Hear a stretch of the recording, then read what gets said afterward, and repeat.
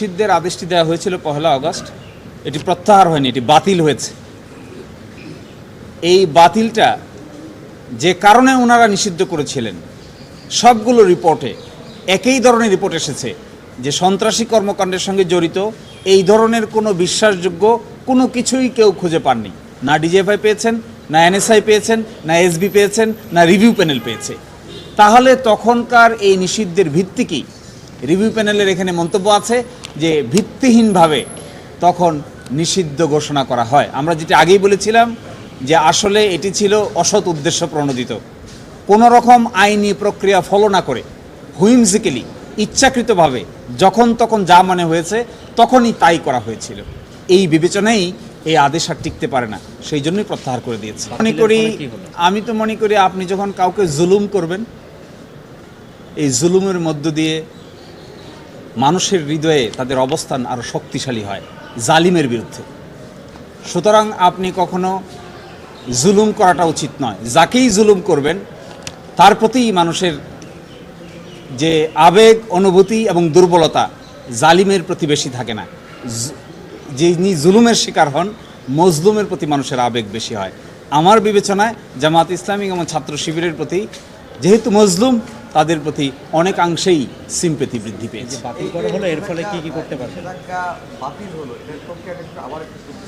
এই নিষেধাজ্ঞাটা বাতিল হওয়ার প্রক্রিয়ায় আমরা বাংলাদেশ জামাতে ইসলামীর সেক্রেটারি জেনারেল জনাব গোলাম পরোয়ারের স্বাক্ষরে একটি দরখাস্ত দায়ের করা হয় মাননীয় সচিব স্বরাষ্ট্র মন্ত্রণালয় বরাবরে।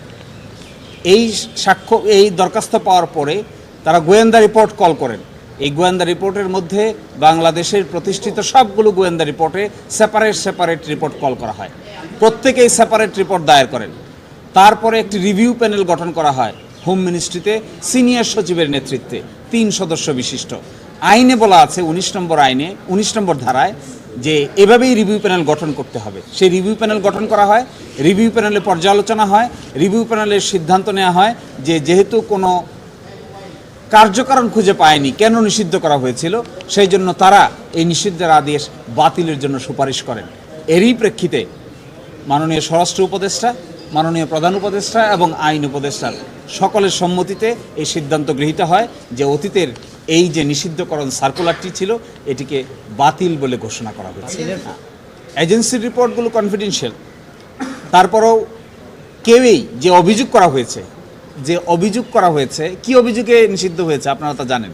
এই অভিযোগ করা হয়েছিল 1 আগস্ট যে জামায়াতে ইসলামী এবং ছাত্র শিবির এবং তার অঙ্গ সংগঠনের লোকেরা সন্ত্রাসী কর্মকাণ্ডের সঙ্গে জড়িত, এই জন্য তাদেরকে নিষিদ্ধ করা হয়েছে।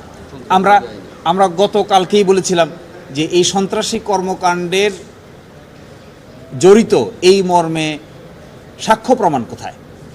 সবগুলো গোয়েন্দা এজেন্সি বলছেন, সবগুলো রিভিউ প্যানেলের পক্ষ থেকে বলা হয়েছে যে এই মর্মে অতীতের যে সিদ্ধান্ত নেওয়া হয়েছে তার সমর্থনে সন্ত্রাসী কর্মকাণ্ড করেছে বা করছে তার সমর্থনে কোনো তথ্য প্রমাণ তারা খুঁজে পাননি। ফলে এই সিদ্ধান্ত তারা নিয়েছেন, বাতিল করেছে।